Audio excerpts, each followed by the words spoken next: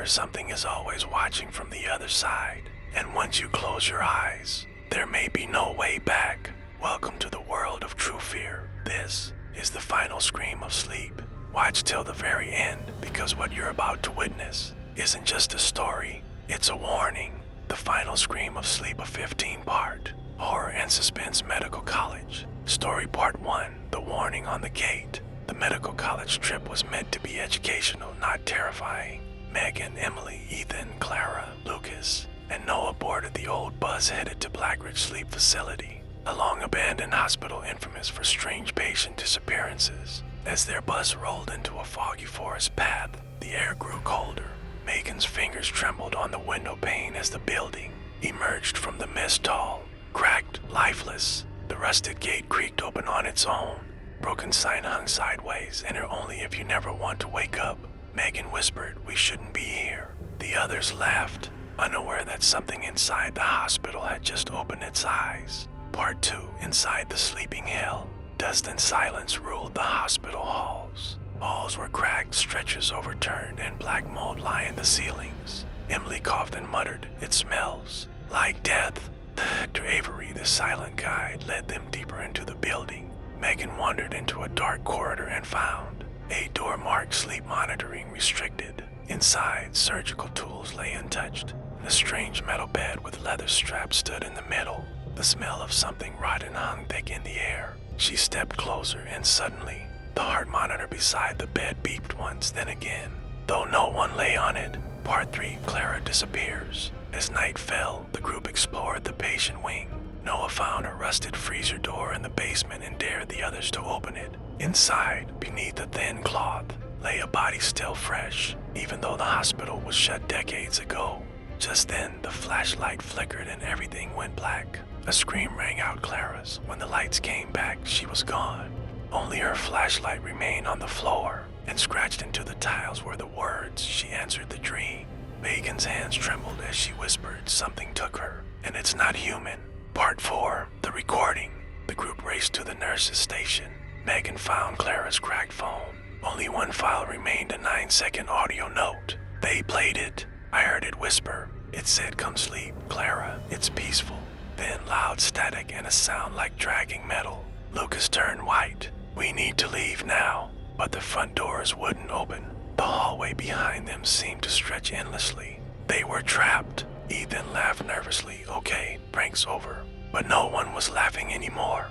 Part 5, Megan's File. In the records room, Emily found an old cabinet labeled "Sleep Experiments, Subject Logs." Inside were files from 1983. At the very top was one labeled Subject 17, Megan Porter. Her full name. Megan opened it with shaking hands. Inside were EEG scans, blood work, and this note: "Subject highly receptive to dream infiltration. Scheduled for transfer to Sleep Lab C." She dropped the file, whispering, "How do they know me?" A cold breeze swept the room, and a voice whispered, "Because you've always been here."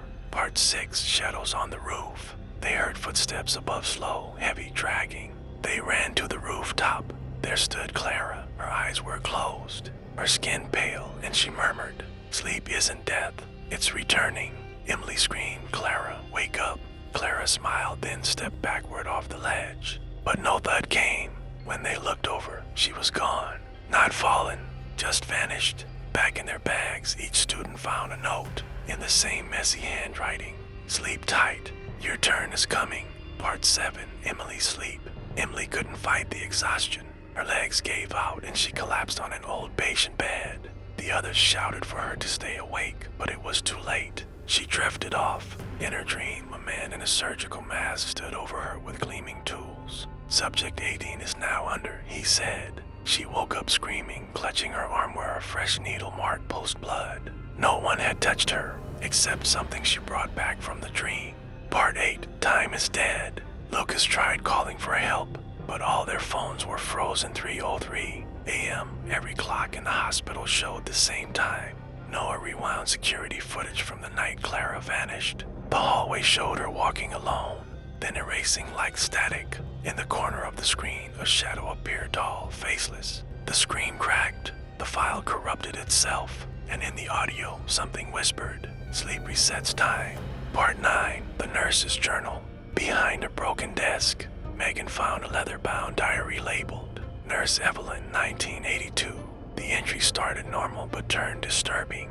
Patients don't wake up anymore. We give them pills and they become empty. Sleep is listening to us now. It's not a state, it's a door. The final page read, one of the students will bring it back. I saw her. Her name is Megan. Part 10, the mirror room. In a ward full of mirrors, Megan looked at her reflection and it didn't mimic her. Her mirror self was smiling even though she wasn't. Then it spoke. We already took your sleep. Now we'll take your body. Emily dragged her away just as the mirror shattered inward. Glass flew everywhere. Behind the cracked frame, there was no wall, only a dark hallway that wasn't in the blueprints. They sealed the door, for now. Part 11, Return of the Sleep Lab. They found a sealed wing, Sleep Lab C. Inside were hospital beds, each with a person lying still, unmoving. Except one body sat up slowly. It was Clara. Her voice was dry, robotic. They showed me everything. They sleep inside us now, and soon we'll be them.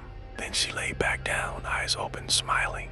Noah vomited in the corner. Something was crawling beneath the bed sheets. Something large. Part 12, Blood in the Walls. Suddenly, blood began to seep from the cracks in the walls. First drops, then streaks, then rivers. Faces formed in the blood Megan's, Emily's. Ethan's, all screaming in slow motion.